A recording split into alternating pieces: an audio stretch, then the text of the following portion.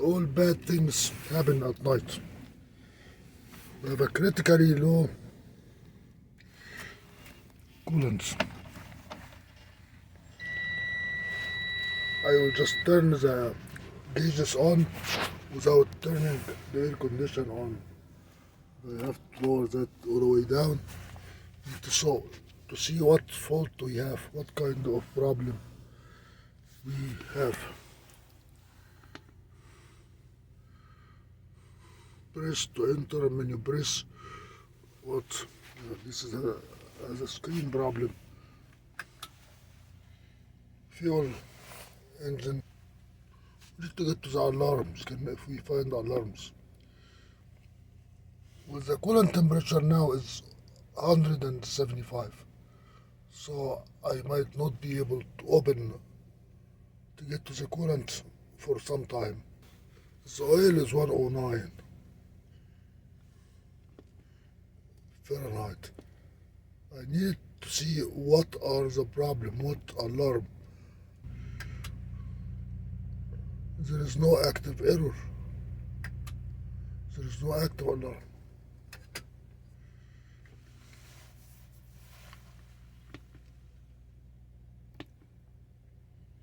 Let us go to surface.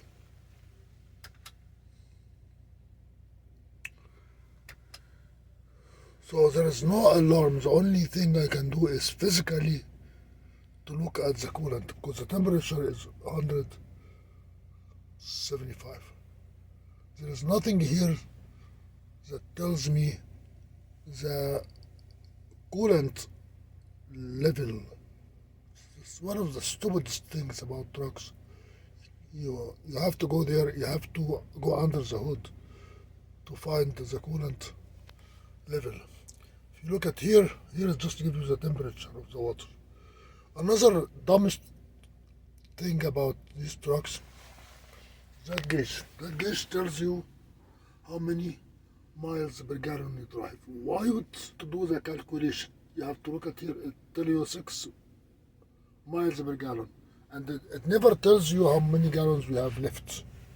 Of course, you have that gauge, the fuel gauge is just half tank or 1/4 of a tank. It does not even, if you look at that gauge carefully, that gauge is just a full, half, or empty. It doesn't tell you how many gallons you have there in that tank.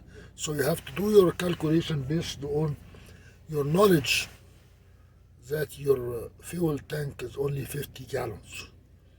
If you go under the truck and you read, you discover that the gallon, the tank has 70 gallons, but you've never been able to put 70 gallons in that fuel tank. You can only put 50.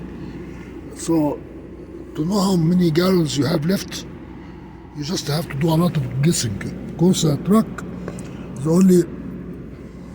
this is a day cab. You can only drive a day cab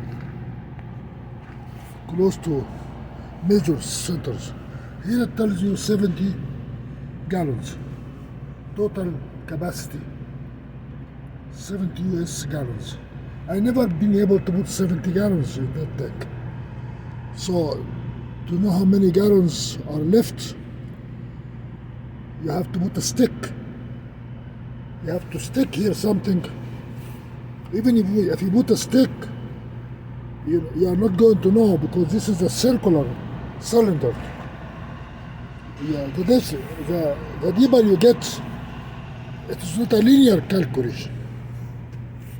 So this is how backwards the technology is. Now we have a problem. Cannot even move without solving the problem with a critical coolant level. You always have problems at night, and you always have problems in a very difficult situation. When it's cold, winter, snow.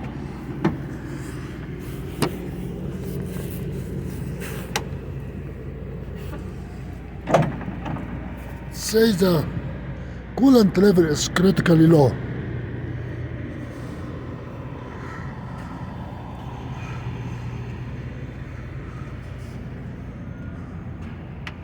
Yes, it is low. This is this is hot. This is hot and it is low. Of course it is low. Why did it go low? Why did it go low? I thought I am driving a new truck. Where is the max? Where is the minimum? This is very low.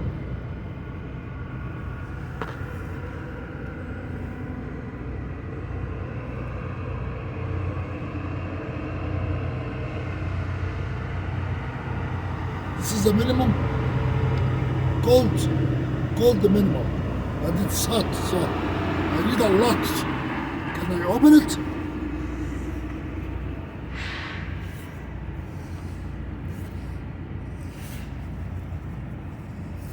This is cold, so it is running out of liquid, out of coolant.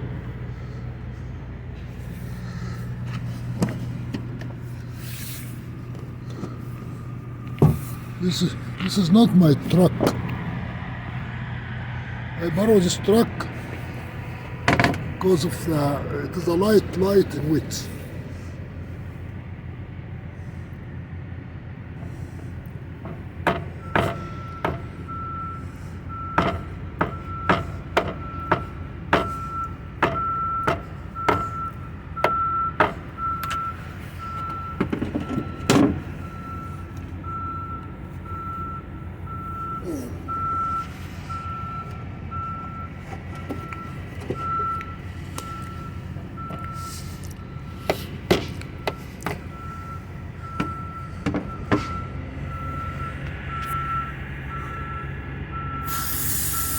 It does have a steam in it. Did it burn my hands? It does have a pressure. And this one is soft.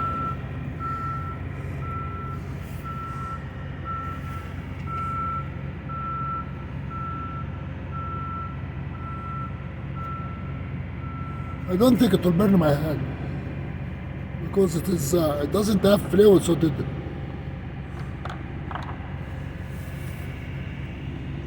that's very low.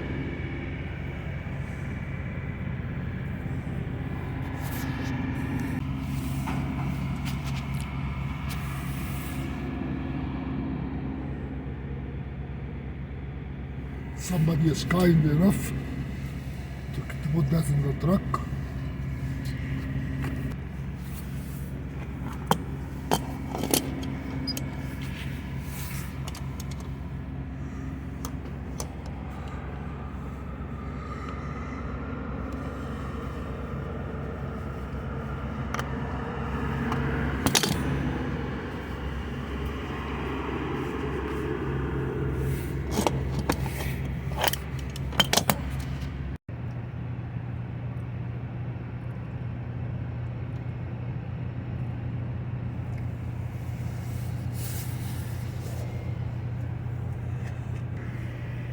How do you get a leak in a truck? This truck is not supposed to leak at all.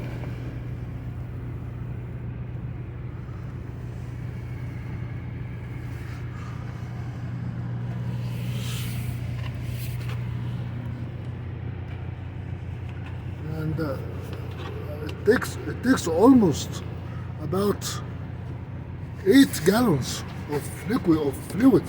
This is a massive system, cooling system.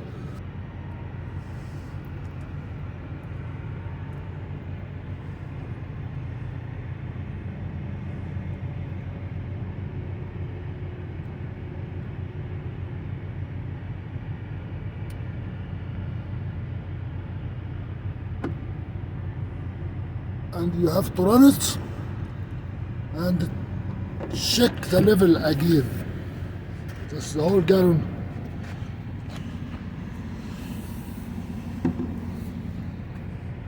The whole gallon just barely brought it back to above, to where it's supposed to be. That was tight. So where was the leak at? Because if it burns internal coolant, that means that there's a problem with the engine head.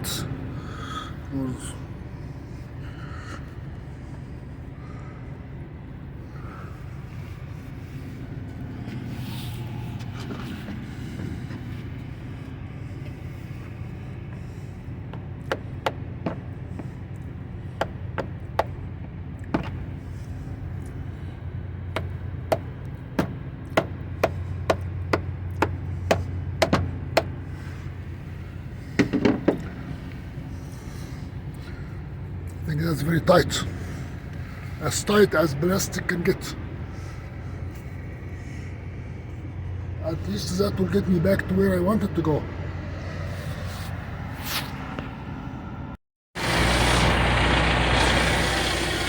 At night, you have to keep low expectation. Everything can go wrong at night. Maybe have a space between the fifth wheel and the coupling platform, and I have to keep the Kingpin out until I can lower the trailer. The trailer is too high. Because we have people that don't care about how to drop a trailer. The space between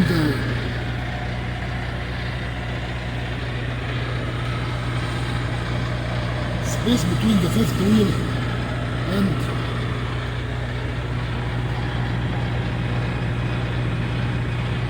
the coupling place. You have to make sure that the Kingpin is not in the groove. Because if the Kingpin is in and you try to lower it, you can damage the fifth wheel.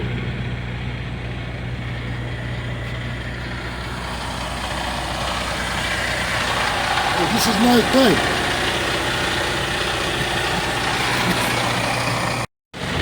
I dropped the trailer to the point the contact is complete between the fifth wheel and the coupling plate. The Kingpin is out.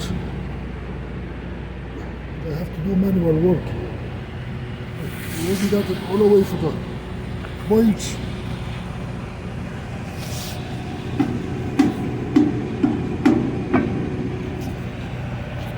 This is above the ground. So I am ready now to complete the coupling. Because it is night time and we are going to the rail ramp. We need to make sure everything is in place. I'm going to go home, so I do not want to have an accident before I go home. I need to get home.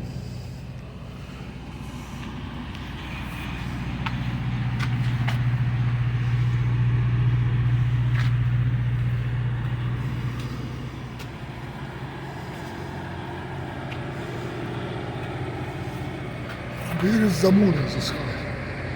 It's a beautiful night. The weather is good. It's cold.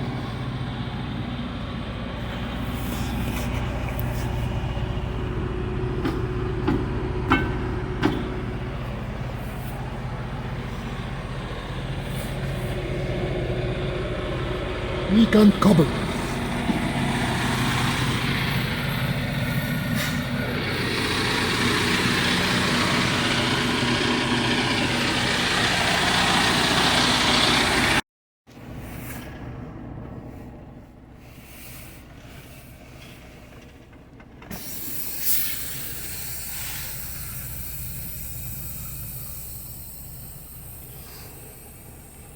We can complete the coupling.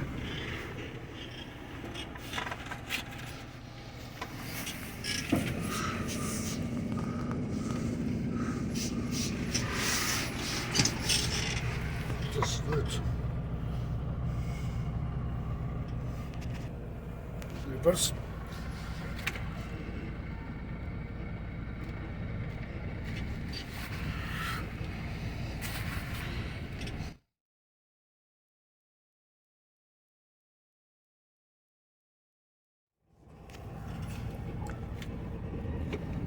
Plug it. It tugged very good.